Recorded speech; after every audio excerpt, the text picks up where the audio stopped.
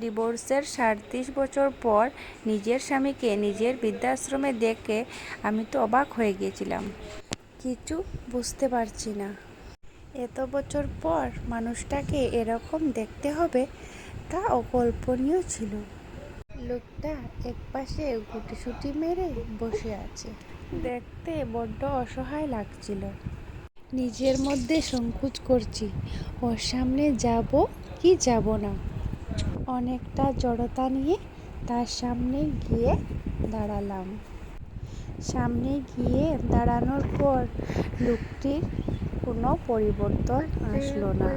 বুঝতে অসুবিধা হচ্ছিল না যে লোকটির চোখে প্রবলেম আছে, ও চোখে দেখতে পায় না। 29 বছর আগে আমাদের বিয়ে হয়েছিল পারিবারিকভাবে। সংসার জীবনটা বেশ সুখেই কাটছিল।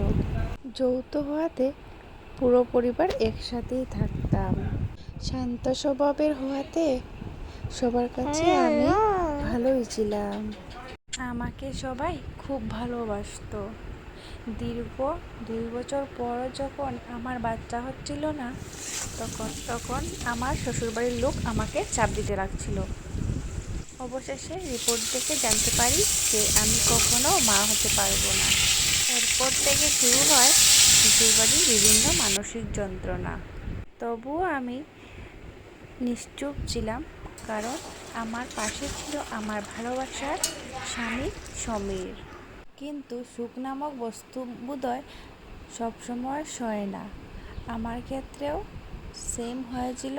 পরিবারের মানুষের চাপে সমীরও আস্তে আস্তে আমার থেকে দূরত্ব বাড়াতে শুরু করলো।